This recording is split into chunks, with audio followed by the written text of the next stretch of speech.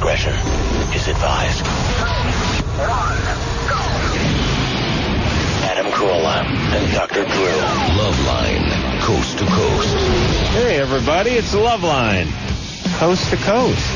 Imagine that. Wow. Yeah, EFD. Dr. Drew, everyone, board-certified physician, addiction medicine specialist. Phone number 1-800-LOVE-191. Ryan Reynolds is our guest tonight. Hi. Ryan, I think I first met when I did Two Guys, a Girl, in the Pizza Place. You remember? Yes, years ago. Yeah. Ryan is the handsome blonde from that series for all those years. And just to show you that good things happen to good people every once in a while, he's now starring in Perfect Timing, Damien. The show has only been on for 40 seconds. Beautiful, buddy. Van Wilder, which is the new... Have you seen those trailers for that? It looks very funny. It's good. It's actually, one of the best things I've ever been involved in. So I'm pretty excited about it, too. So Drew, stop kissing ass, but seriously... Somebody, Daniel from The Man Show, executive producer, very discerning, very discriminating, piped up in the office today and said that he read a good review on it. Yeah, it's weird for a National Lampoon movie, which is what it is, to be getting great reviews like this. Such a sort of nice little boost for us, I think, Yeah, I wonder how even something like Animal House was reviewed back in 78 or 9. 79, yeah. It wasn't even, I don't think it was even reviewed. It just it wasn't worthy of review. Yeah, it sort of caught on. I wonder. Yeah. Well, is this, how much, is this in that vein? Put the roof over the Christian Coalition, perhaps, but this is in that vein, this is in that vein, and sort of it's kind of like a, Ferris Bueller for the 21st century. If I'm going to give it a crappy log line, that would be how I describe it. But it's a hilarious film, which is great. He's been on a radio and television junket. You can tell he's got all those. Yeah, I got the pizzazz going. Yeah. I don't have the VIP cup you're using there for your coffee there, though, Drew. I like that. I like that. I've been on a junket which makes you long for the sweet release of death like no other. Yeah, you do those, you've been doing the radio junkets. I mean, not the ones where you come into the studio, but the ones where you talk to 35 morning radio shows. Yeah, you've done that, and I've done you get the 5 minutes a shot person that comes in, and there's the poster behind you, and they're they do there's the guy signaling behind. It's like being a stand-up or something. You get the red light going. It's terrible. You don't know whether you said the same thing to the same person 3 times. Yeah, I don't care anymore. I'm just doing the whole thing in a serious interpretive dance at this point.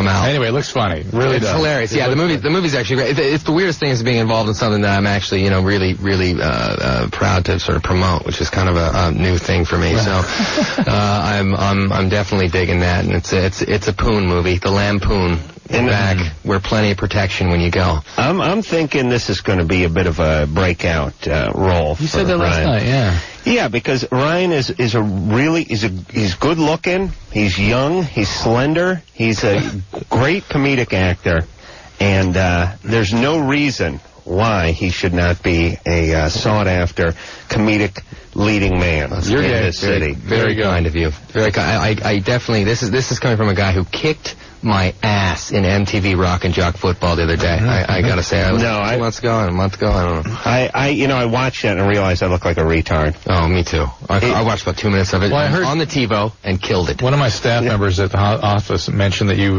the highlight for her was when you said that, of course, everyone watching Spring Break wants to see 35-year-old men with their shirt off. Yeah. Something to that effect. When did I say that? I don't know, but the people thought that was pretty good. Oh, well, that's good. Yeah. But that had nothing to do with Rock and Jock. It's very sad when the sport.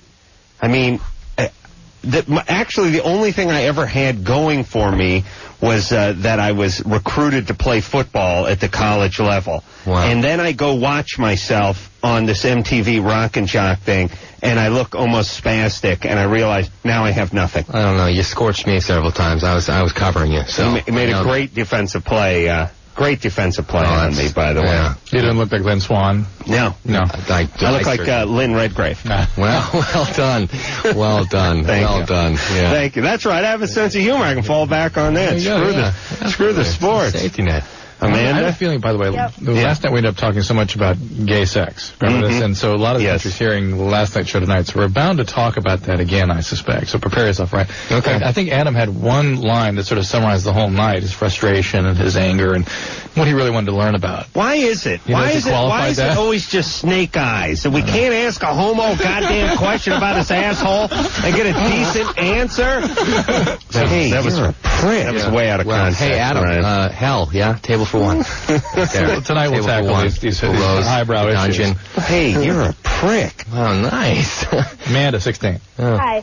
I was just wondering if, like, short guys usually have smaller dicks.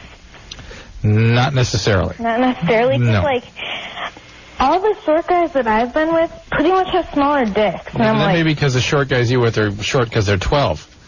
No. You know what I'm saying? You're 16, and they may not have finished developing yet. Well, how many short guys have you been with? Just like, it's not like I sleep with them. Just like if I suck their dicks, they're real small. Oh, I see. I see. Hey, man, where'd you go to finishing school? Yeah, I know. Wow, I want the number of your cotillion class. Princess Amanda. Wow. Yeah, when's the Deb ball? Yeah. Is that coming up?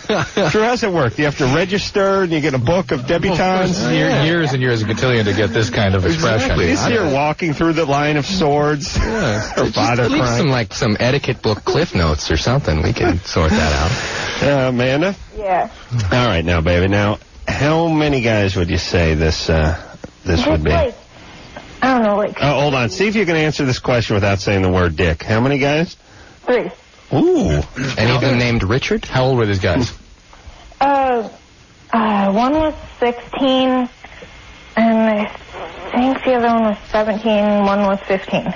Amanda, maybe you've just set the bar a little too high. I mean, maybe you think the male phallus is larger than it actually is. Maybe these guys were average size and you have greater expectations. Did you think about that?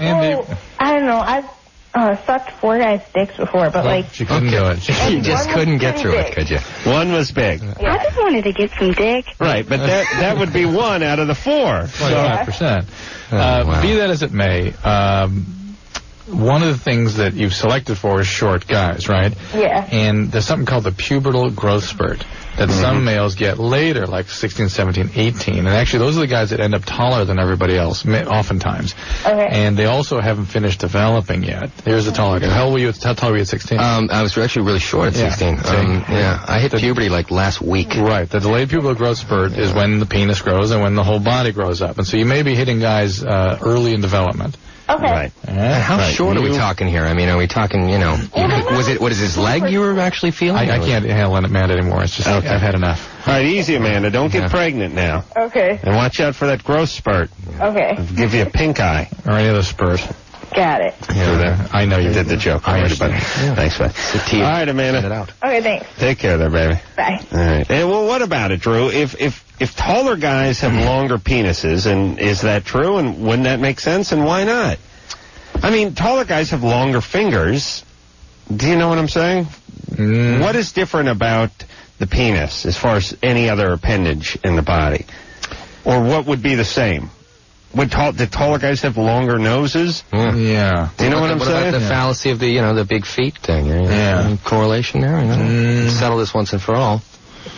You don't know. I don't know. Would it be safe to say that the penis is in proportion of the body? I mean, obviously a dwarf has a smaller penis than a 7-foot guy. Would that be safe to say? No, oh, you better say I'm right on this one. An achondroplastic dwarf would have a normal-sized penis. I'd like to. I don't know. I've seen a lot of dwarf porn. Really? Yeah, I mean... You've seen a lot of dwarf porn. Dwarfs have normal torsos. Everything here is normal. Their bones, they don't grow and they limp. Just limbs. Okay, well, how about a midget? A midget would have smaller everything. A midget would... Okay, so that's what I'm saying. A midget would have a smaller penis, and an NBA forward would have a larger penis. Remember we heard about Shaq? Yeah. What'd you hear about Shaq? That's a size, 21 there? I don't know. We heard he wasn't as big as maybe you'd picture him being. Okay, but his shoes are the size 21. Now, I'm looking down at my baby Keds, and I don't want to send out the wrong impression there, so let's just destroy this myth once and for all. Well, look, here's what we're saying about Shaq. If Shaq has a 10-inch dork, he's considered small. That's my point. Drew, how long do you have to ponder this question? Because